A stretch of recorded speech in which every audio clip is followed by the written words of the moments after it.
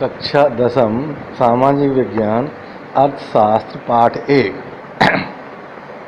प्रश्न है, धारणीयता का विषय विकास के लिए क्यों महत्वपूर्ण है।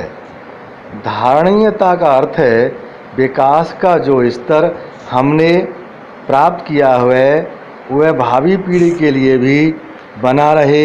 यदि विकास पर्यावरण को क्षति पहुंचाता है तो उसके दुष्परिणाम भावी पीढ़ी को भुगतने होंगे। वास्तव में पर्यावरण और अर्थव्यवस्था दोनों अन्योन्याश्रित हैं और एक दूसरे पर निर्भर हैं। आज हमें ऐसा विकास चाहिए जो आने वाली पीढ़ियों को जीवन की संभाव्यता औसत गुणवत्ता प्रदान करे, जो कम से कम वर्तमान पीढ़ी द्वारा उपयोग की गई सुविधाओं के बराबर हो। ऐसा विकास धारणीय विकास कहलाएगा। दूसरे शब्दों में धारणीय विकास ऐसा विकास है जो वर्तमान पीढ़ी की आवश्यकताओं को पूरा करते समय यह ध्यान रखे कि इससे भावी पीढ़ी की पूर्ति क्षमता बाधित न हो। कुछ अर्थशास्त्रीय धारणीय विकास का अर्थ मौलिक स्तर पर गरीबों के जीवन के भौतिक मानकों को ऊंचा उठाने के संदर्भ में लगाते हैं। इसे आय, शैक्षिक सेवाएं, स्वास्थ्य सुविधाएं, जल आपूर्ति आदि के रूप में परिमाणात्मक रूप में मापा जा सकता है। संक्षेप में, धारणीय विकास भावी पीढ़ी को कम से कम वर्तमान संसाधनों की पूर्ति क्षमता को बनाए रखने का आश्वासन है। हमारा कर्तव्य है कि हम भावी पीढ़ी को एक स्वस्थ एवं व्यवस्थित पर्यावरण प्रदान करें और विकास के ऐसे उपाय न अपनाएं जो पर्यावरण को क्षति पहुंचाए। धरती के पास सब लोगों की आवश्यकता को पूरा करने के लिए पर्याप्त संसाधन हैं, लेकिन एक भी व्यक्ति के लालच को पूरा करने के लिए पर्याप्त संसाधन नहीं है। यह कथन विकास की चर्चा में कैसे प्रासंगिक है, चर्चा कीजिए। धरती के पास सब लोगों की आवश्यकताएं पूरी करने के लिए पर्याप्त संसाधन उपलब्ध हैं। यह मिट्टी, वायु, जल, पवन, वन संपदा, वन्य प्राणी, खनिज संपदा पर्याप्त मात्रा में उपलब्ध है। यदि इन संसाधनों का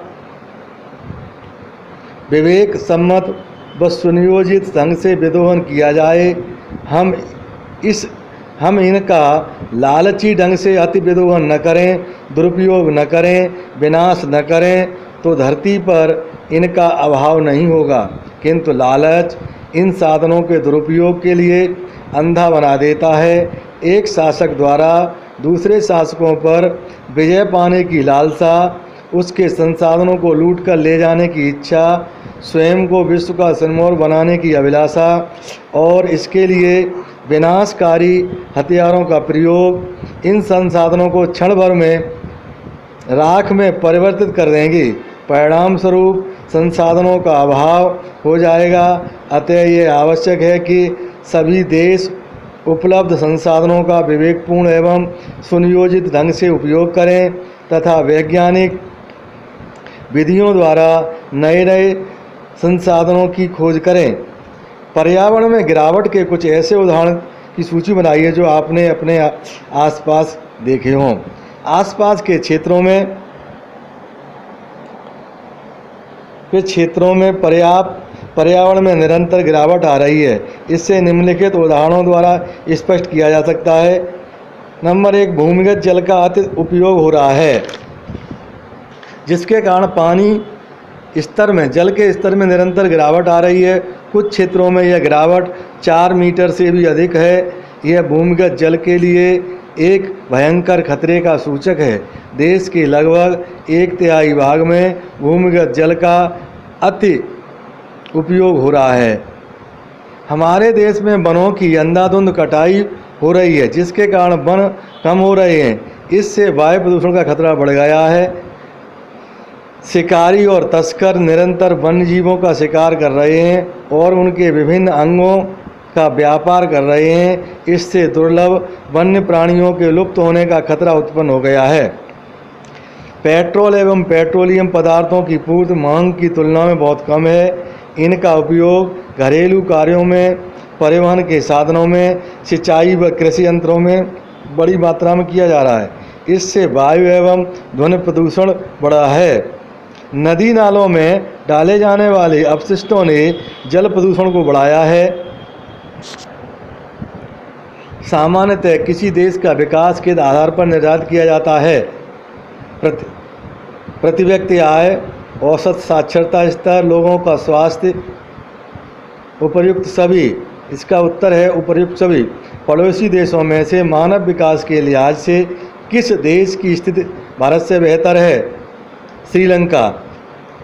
मान लीजिए एक देश में 4 परिवार हैं। इन परिवारों की प्रति व्यक्ति आय 5,000 रुपये है। अगर 3 परिवारों की आय क्रम से 4,000, 7,000 और 3,000 रुपये है तो चौथे परिवार की आय क्या है? 6,000 रुपये। मुद्रा क्या नहीं खरीद सकती? प्रदूषण मुक्त वातावरण। पंजाब के समृद्ध किसान क्या नहीं चाहेंगे? गिरते मूल्य। निम्नलिखित में से क्या विकास का आर्थिक लक्ष्य नहीं है? नशाखोरी। आर्थिक विकास का कौन सा मापक नहीं है? वनों का ह्रास। निम्नलिखित में कौन सा विकास का अधिक उपयुक्त मापदंड है? प्रति व्यक्ति आय। भारतीय अर्थव्यवस्था के संदर्भ में आंकड़े प्राप्त करने के प्रमुख स्रोत हैं आर्थिक सर्वेक्षण, भारतीय रिजर्व बैंक, बुलेटिन, स्टैटिस्टिक्स और इंडियन इकोनॉमी, यानी ये सभी